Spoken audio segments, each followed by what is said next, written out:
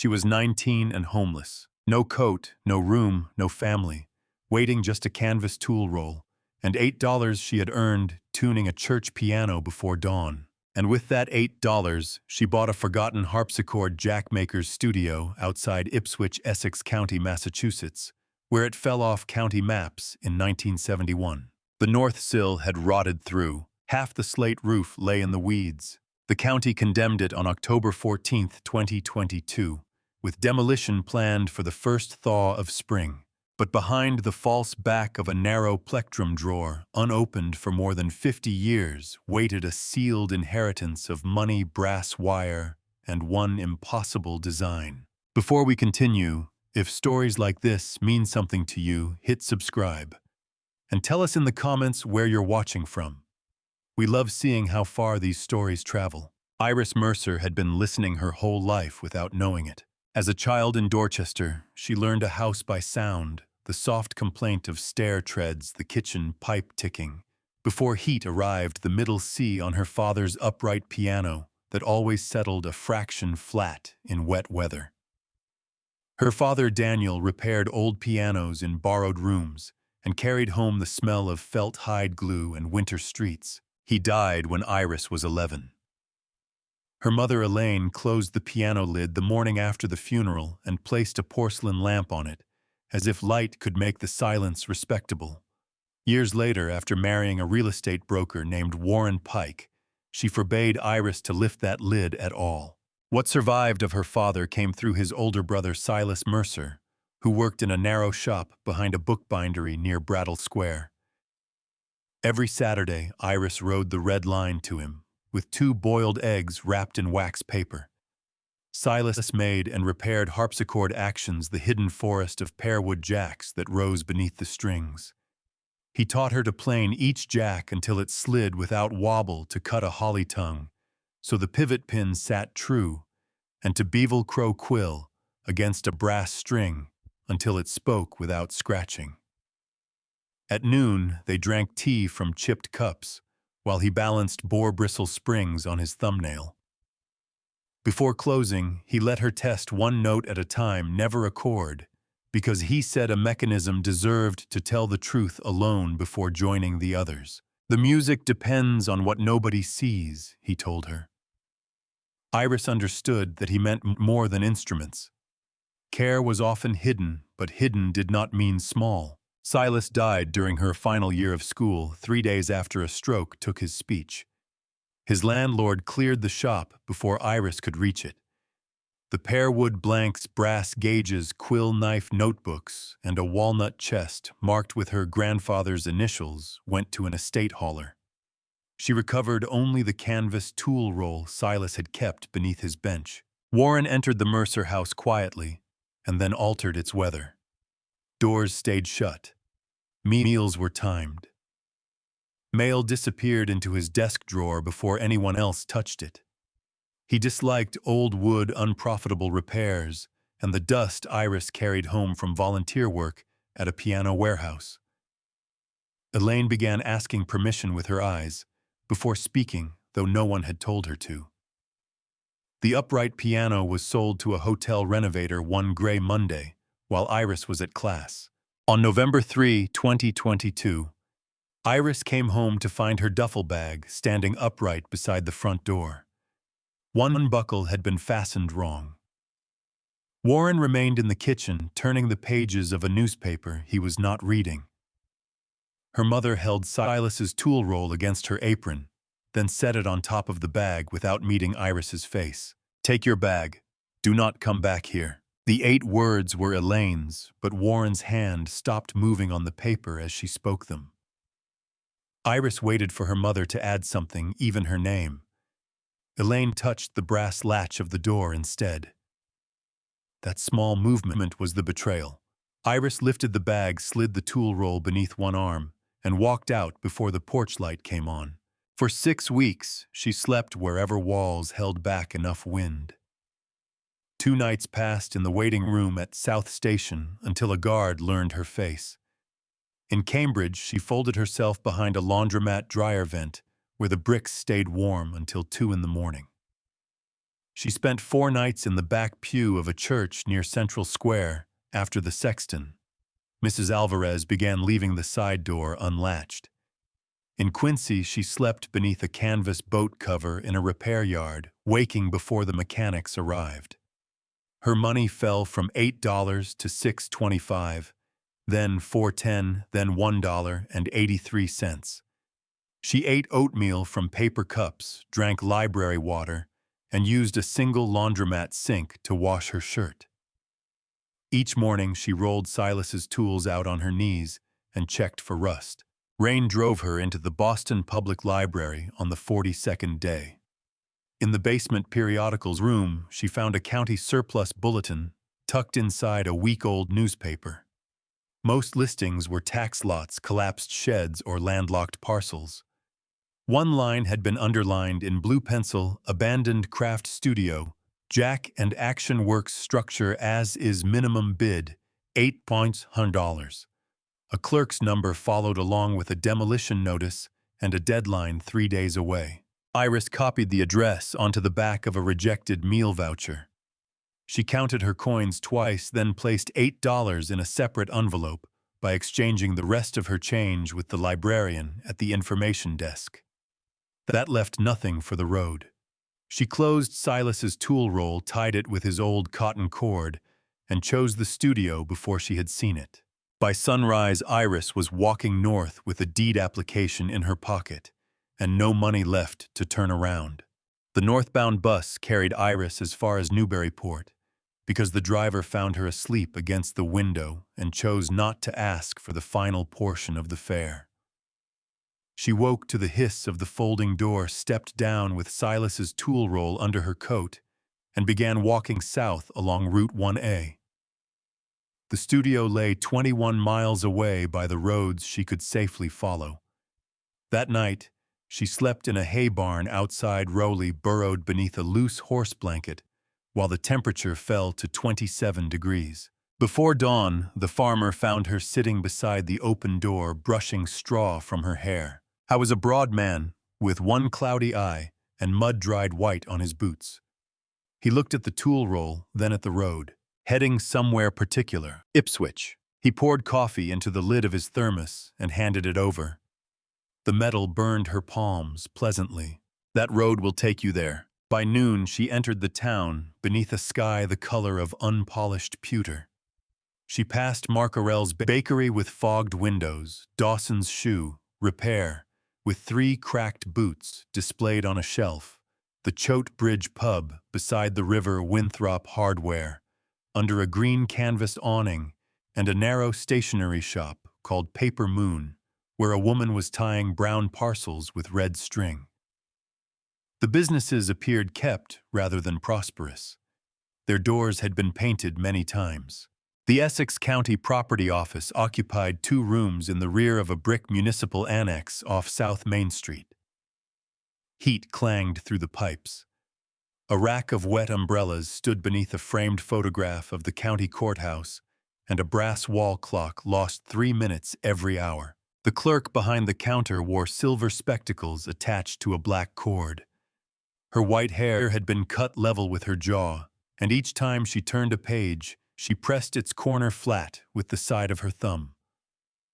The nameplate before her read, Margaret Vale, Land Disposition Clerk. Iris placed the application on the counter. Mrs. Vale read it once, then looked past Iris toward the empty waiting chairs. Where is your attorney? I do not have one. Your contractor? I do not have one of those either. Mrs. Vale removed her spectacles and folded them carefully. You understand the building has no certified water supply? Yes, ma'am. You understand the North Foundation may be unstable? Yes, ma'am. You understand the county will not reimburse repairs? Yes, ma'am. You understand possession cancels the demolition order, but only while you meet the inspection schedule? Yes, ma'am. The clerk studied her face for several seconds. Iris kept both hands on the counter, so their trembling would appear deliberate. Mrs. Vale opened a steel cash box. The minimum bid is $8. Iris slid the envelope forward. The clerk counted the bills, including the $1 notes softened by many hands, and wrote a receipt in blue ink.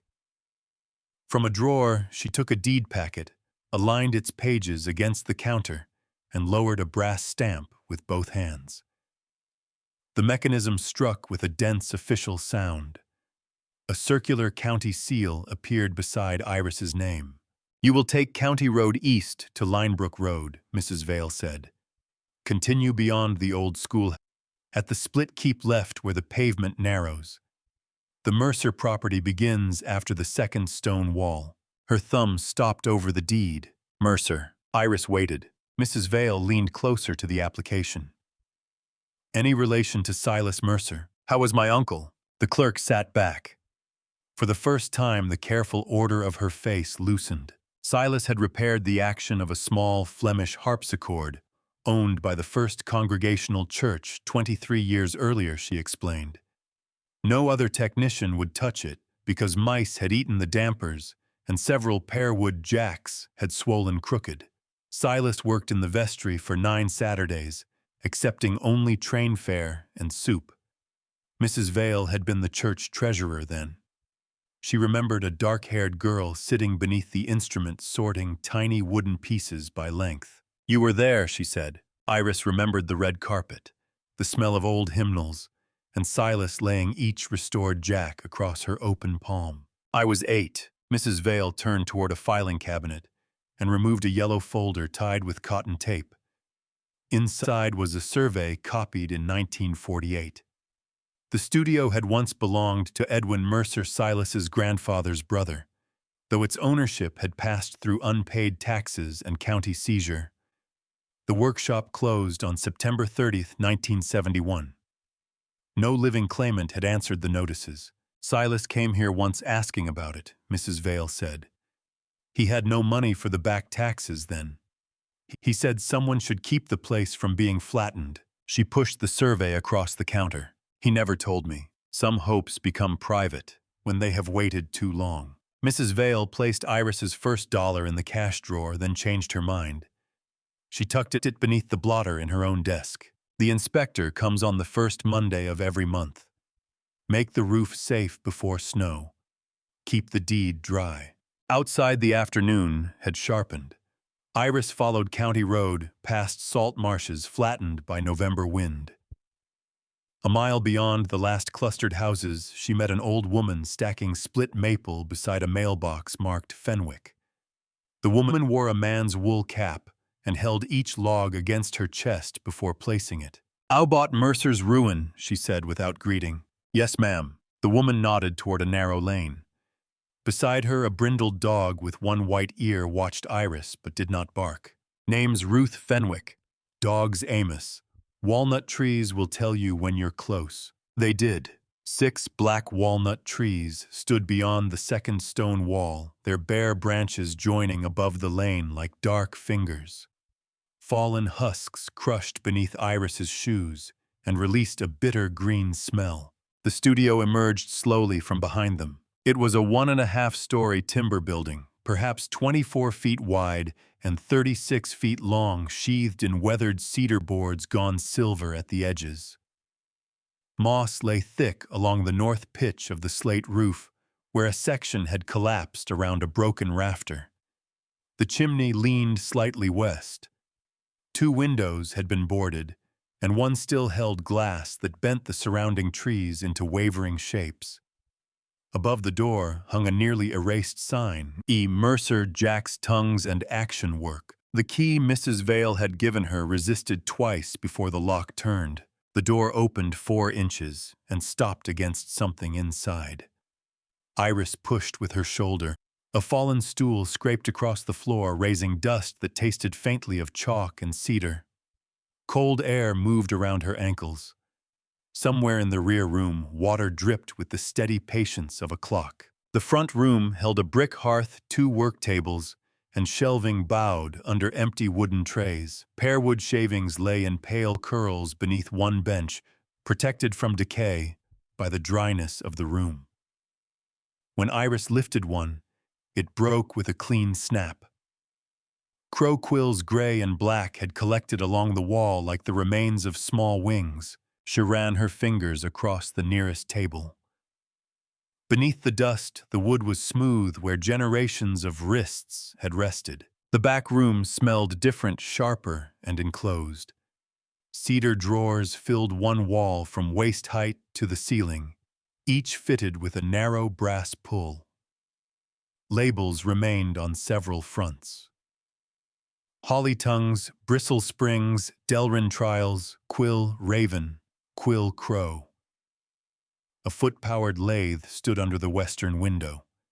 Beside it, hundreds of unfinished jacks had spilled from a split crate, their slender bodies scattered across the floorboards. Iris picked one up. The pear wood had been planed square, but not yet slotted for its tongue.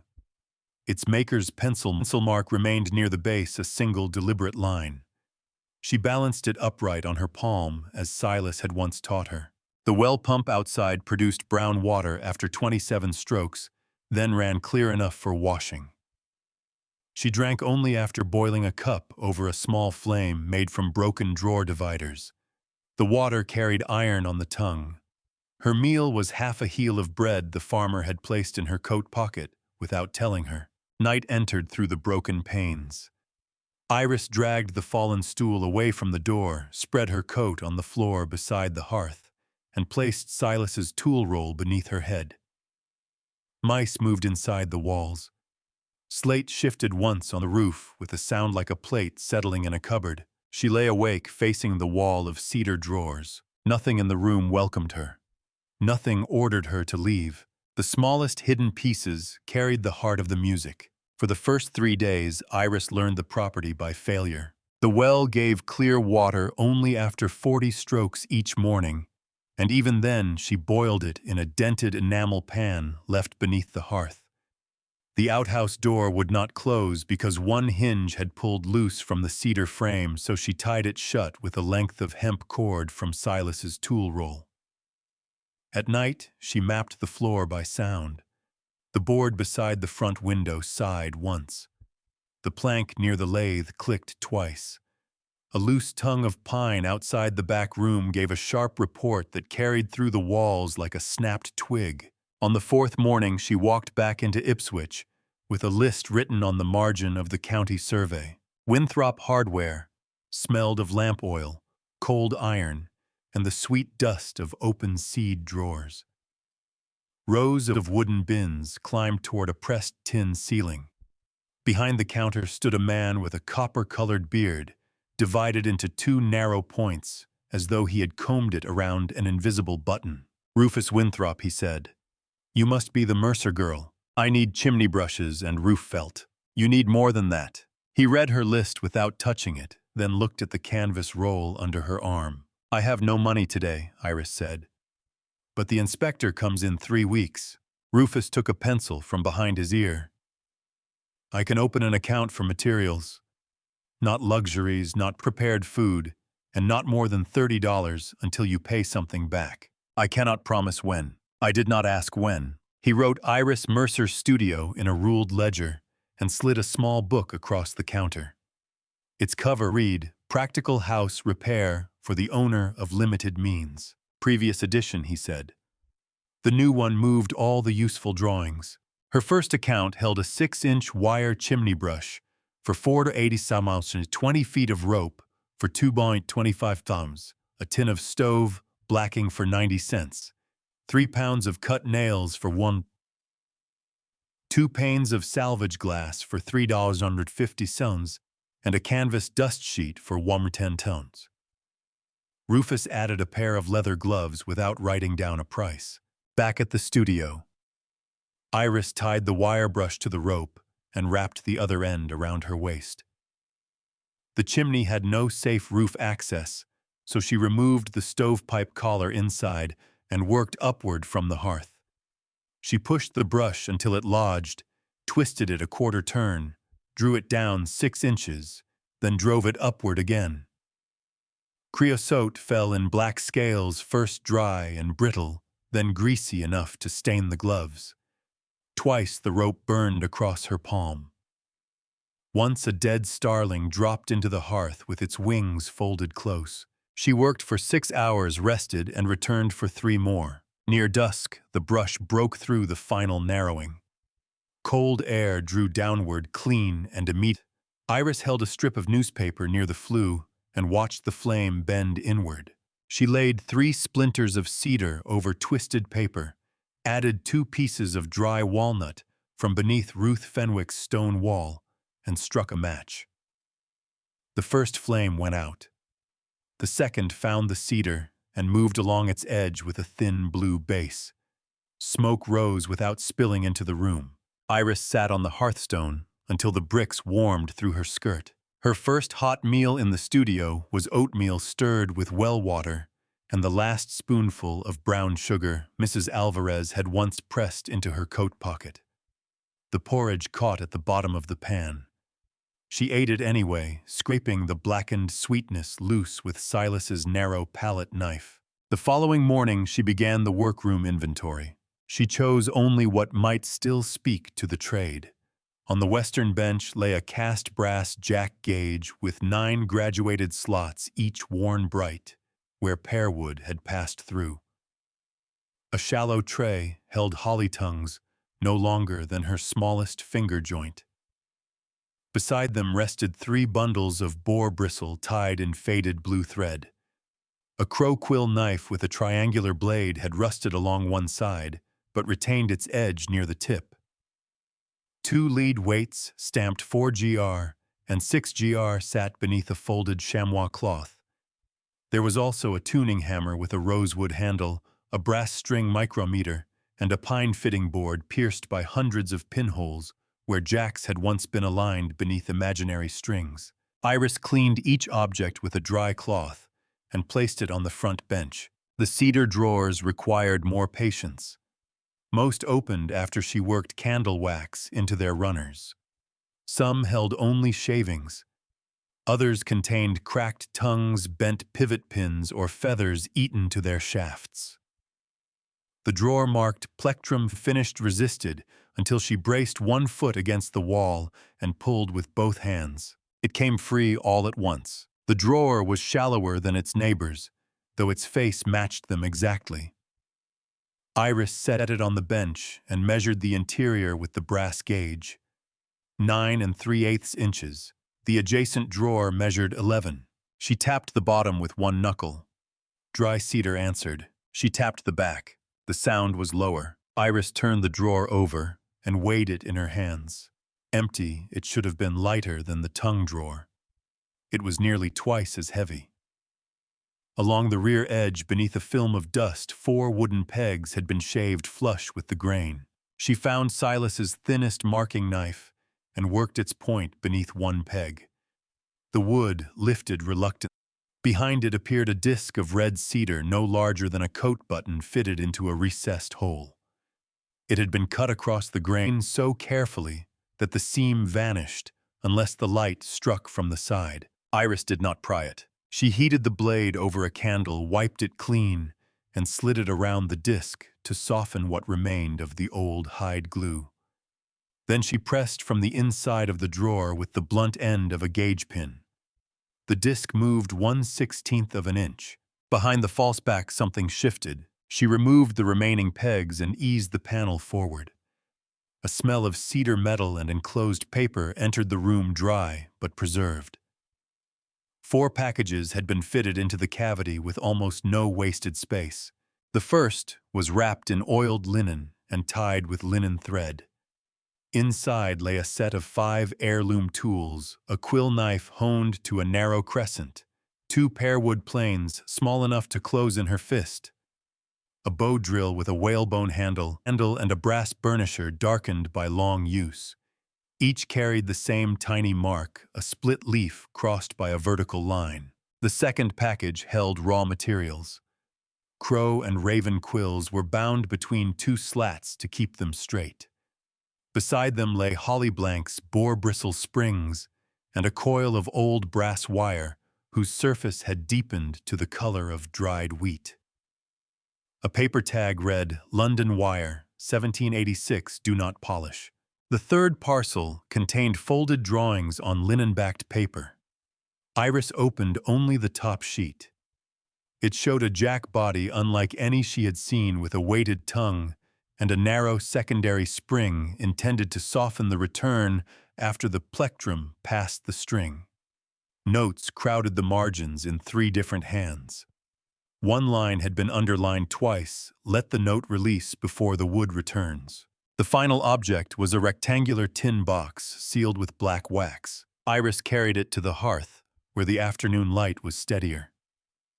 She cut the wax around the lid but did not force it.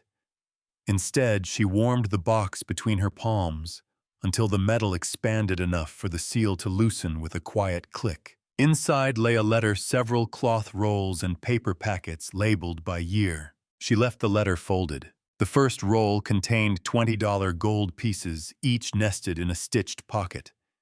She counted 12. The second held $10 Liberty coins, 19 in all.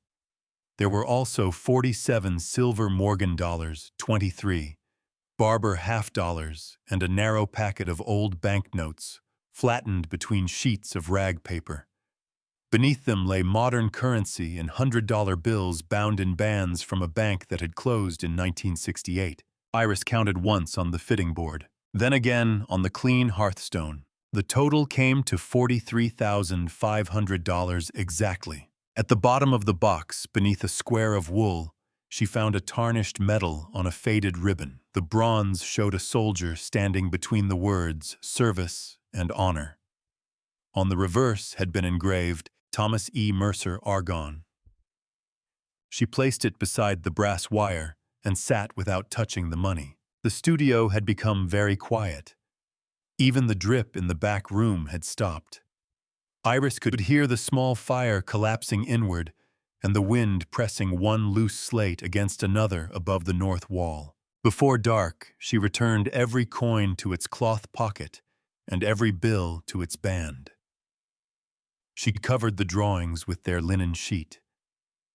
The unopened letter remained on the bench, addressed in a hand that leaned slightly forward, each capital letter cut as carefully as a mortise. Iris carried the tin box outside, but left it closed beneath her coat. Beyond the walnut trees, the salt marsh had filled with evening water. Channels that looked black in daylight held the last color of the sky, thin silver, turning slowly toward blue.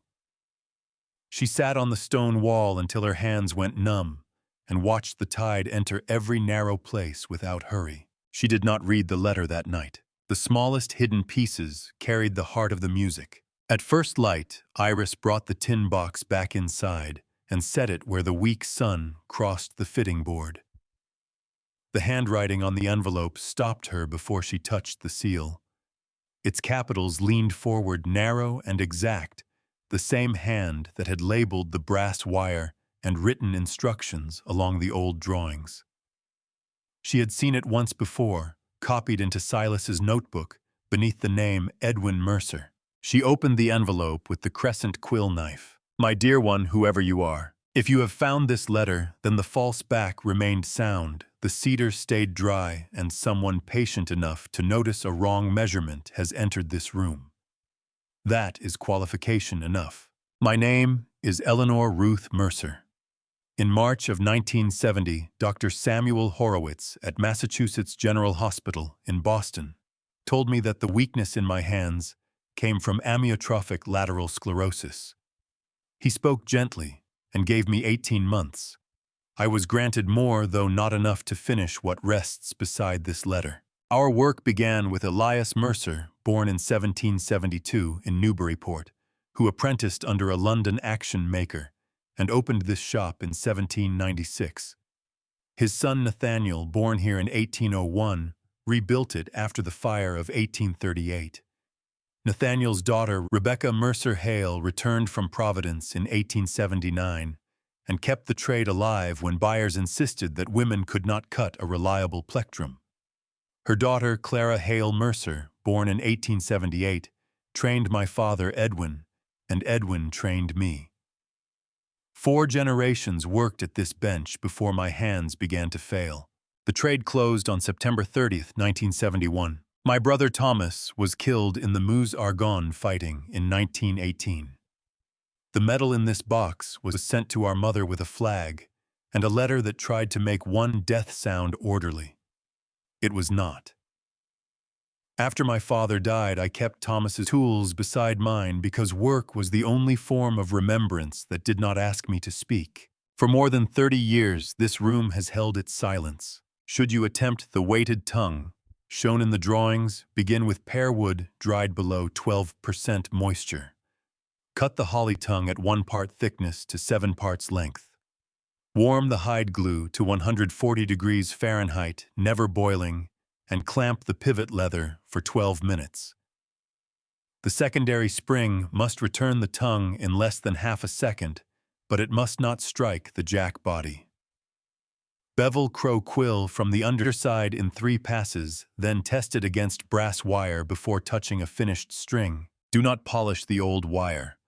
Its surface is part of its voice. The money was earned slowly from repairs, rentals, and instruments people abandoned rather than pay to restore. Use it for shelter tools and time. Do not use it to prove that you have succeeded. A true inheritance is not a possession handed down intact. It is work left unfinished with enough instruction that another pair of hands may choose whether to continue. Behind the studio, beneath the 3rd walnut tree from the well, there is a stone marker with Rebecca's craft mark. Leave it where it stands. Some things hold a place together merely by remaining. The house is not empty. It has been waiting. You are welcome here. Eleanor Ruth Mercer, October 12, 1971. Iris read the letter twice. The second time she slowed at the ratios and temperatures, hearing the sentences in Silas's patient cadence. Then she folded the pages along their original creases, pressed each fold with the side of her thumbnail, and returned the letter to its envelope. She did not wipe her face until 1 drop reached the drawing and darkened the linen backing. Outside frost silvered the grass behind the studio. Iris counted from the well toward the marsh 1 walnut, 2, then the 3rd, its trunk divided low into 2 heavy limbs. Brambles had grown over the northern roots. She cleared them with the broken slat and found a narrow granite marker sunk almost level with the earth.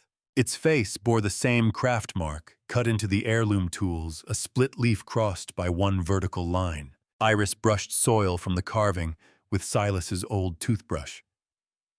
The stone remained where Eleanor had asked, holding its quiet place between the house and the water. Back inside, Iris searched the upper shelves until she found a small brass whale oil lamp blackened around its burner. The reservoir still held a finger's depth of old fuel beneath a hardened film. She cleaned the wick channel with a gauge pin, added fresh lamp oil from Rufus's supplies, and turned the cotton wick barely above the collar. When she struck a match, the lamp gave a low amber flame.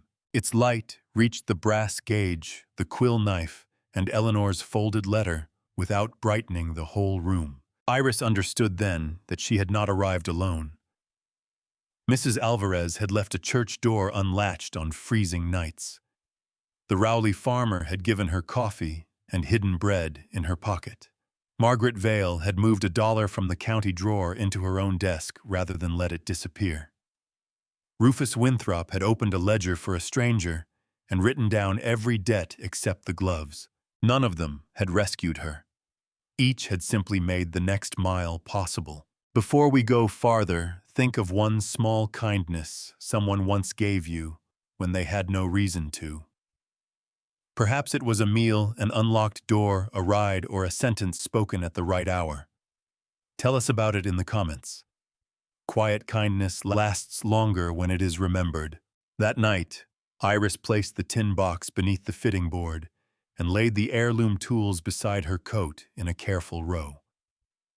Eleanor's letter rested inside Silas's canvas roll, protected between 2 folded cloths. She slept with the brass lamp extinguished, one hand resting near the crescent knife. Snow arrived on December 2nd, 6 inches by dawn, settling through the broken roof onto the back room floor. Iris stood beneath the gap with the repair manual open on the fitting board and read the roofing chapter 3 times, once for sequence, once for measurements, and once aloud until the instructions sounded less like warning. The roof measured 26 feet from eave to eave and 38 along the ridge, allowing for overlap and waste She calculated 12 bundles of cedar shingles, 2 rolls of 30-pound felt, and 18 pounds of hot-dipped nails. Rufus checked the figures, crossed out one bundle, then placed a narrow roofing hatchet on the counter. "It belonged to my father," he said. "Bring it back sharp." A former roofer named Walter Ames appeared the next morning, carrying a ladder with 2 repaired rungs. He was 74, his left shoulder lower than the right, and he refused payment before Iris offered it. "I don't climb fast anymore," he said, "but I still see straight." They sistered the broken rafter with a sound 12-foot spruce board, bolting it through the old timber at 12-inch intervals. Walter snapped a chalk line across the felt, while Iris learned his 3-stroke method: set the nail drive at halfway, then finish with 1 flat blow. No pecking, no bent heads. "That nail's proud." Iris looked along the shingle course. "Pull it." They worked 11 days through sleet-numb fingers, and one afternoon when the north ladder froze to the ground. By mid-December, the ridge cap lay straight from chimney to gable. Iris climbed down after sunset and stood in the snow while meltwater ran from the eaves instead of through the ceiling. January exposed what firelight had concealed. Several chimney bricks had spalled until their faces crumbled beneath a thumb, and the mortar between them had become pale powder. Iris removed each loose joint with a narrow plugging chisel, brushing the cavities clean before Walter showed her how to mist the old masonry so it would not steal water from the new mix. She combined 3 parts washed sand with 1 part hydraulic lime, then added fireclay to the inner joints at a ratio of 4:1. Too much water made the mortar slump. Too little left it grainy. She learned to lift a small amount on the edge of the trowel and press it inward until the joint filled from the back. For 3 weeks, temperatures stayed in the 20s. Iris worked barehanded because gloves dulled her touch, then stopped every 15 minutes when her fingers went numb. She held them above a jar of warm water, flexed them until the pain returned, and began again. The final flue joint cured beneath a canvas wrap. On January 29th, she built a test fire from cedar, then added 1 split of walnut. Smoke rose cleanly past the repaired throat. Outside, a thin gray column lifted from the chimney and bent east over the marsh without leaking through a single joint. The floorboards were white pine 12 to 16 inches wide, fixed with hand-cut rose-head nails whose dark heads had sunk below years of grime. Iris drove each loose nail against a backing iron, then rented a random orbit sander from Rufus for $14 a day. The first pass at 80 grit removed the black surface and revealed scratches deep enough to hold dust. The second at 120 quieted the ridges.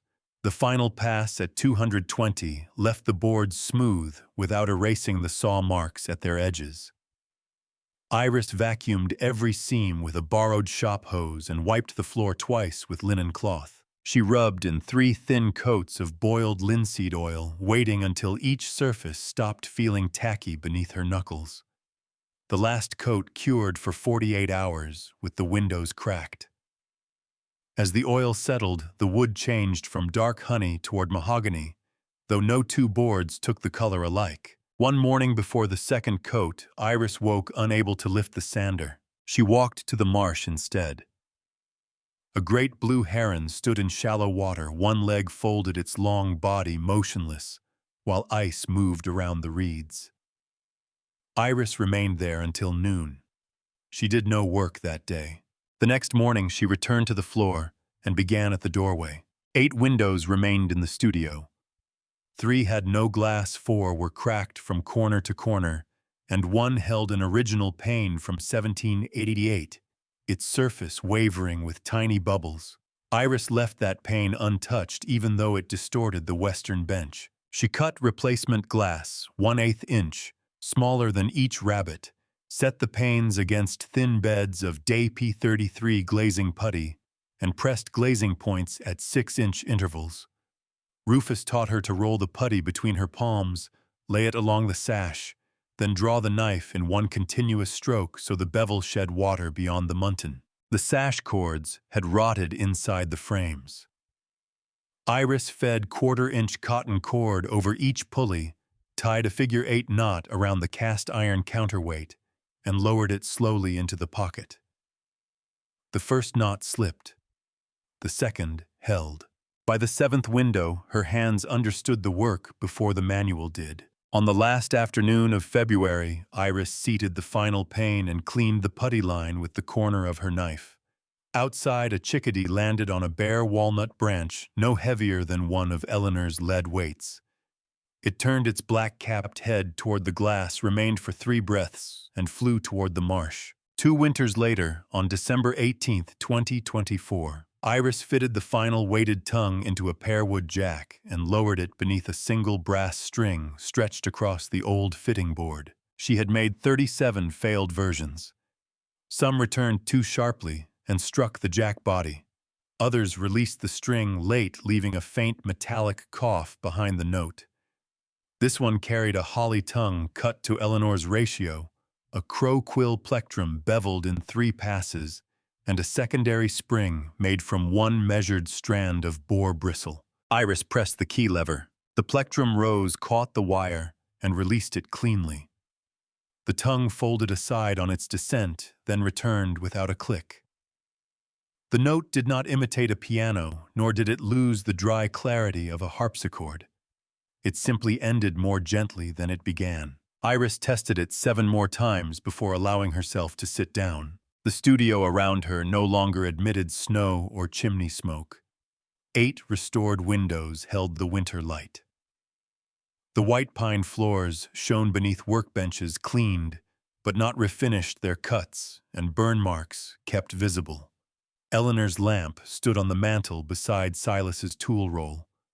The original 1788 pane remained in the western sash, bending the walnut trees, as though the years outside were moving through water. The brass key found beneath the cellar step had waited there for nearly 2 years. Iris tried it in trunks, drawer locks, cabinet doors, and the old surveyor's box beneath the stairs. It fit none of them. On a cold morning after the first successful jack, she noticed a green line showing through the bark of the 3rd walnut tree. A narrow brass plate had been set into the trunk long ago and nearly swallowed by new wood. Its face bore Rebecca Mercer Hale's split-leaf mark. Iris cleared the edges with a bone-handled knife, revealing a keyhole beneath the lower stem. The key turned once. A shallow copper-lined compartment opened from the living wood. Inside rested a folded 48-star flag protected by waxed cloth and a note dated October 7, 1918. Rebecca had written from the studio while her younger brother Thomas served in France. She described the influenza reaching Boston, the church bells kept silent, and the orders for instrument repairs that no one came to collect. She had hidden the flag before the telegram arrived, because their mother could not bear to see it displayed in the front room. If Thomas returned, Rebecca wrote, he would know where to find it. If he did not, the tree would keep it until someone could carry the memory without allowing it to stop the work. Iris dried the compartment, wrapped the note in new archival paper, and returned neither object to the tree. On November 11, 2025, she took Thomas Mercer's medal and the folded flag to the family plot at Highland Cemetery in Ipswich. There was no ceremony.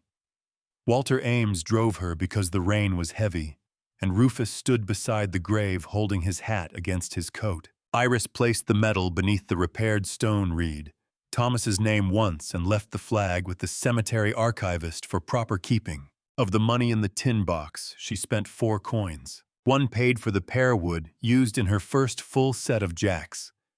1 purchased a small temperature-controlled glue pot. A 3rd bought brass wire made to an 18th century composition. The 4th covered the county fee that legally preserved the studio as an active craft property. The remaining coins and notes went back into the cloth rolls. Iris sealed them inside a new cedar compartment behind the plectrum drawer, together with copies of Eleanor's drawings, her own measurements, and a statement written in plain ink. For the next one, use only what keeps the work possible.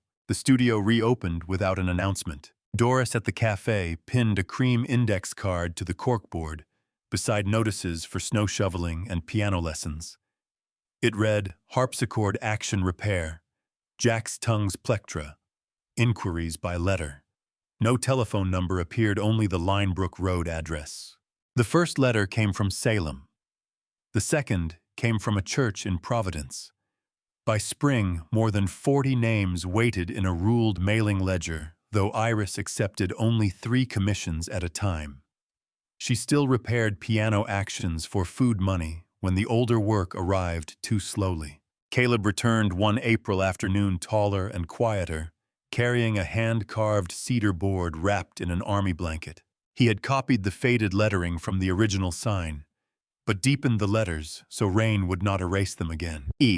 Mercer and Daughters, Jack's Tongues and Action Work. I know it was not all daughters, he said. Iris ran her thumb along the new words. No, she answered.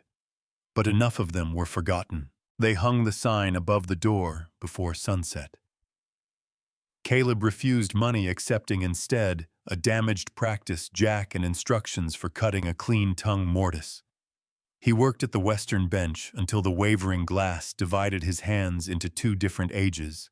That winter Iris began a letter of her own. My dear one, whoever you are. She wrote the date, the moisture content of the pear wood, the safe temperature for hide glue, and the names of those who had helped without asking to be remembered.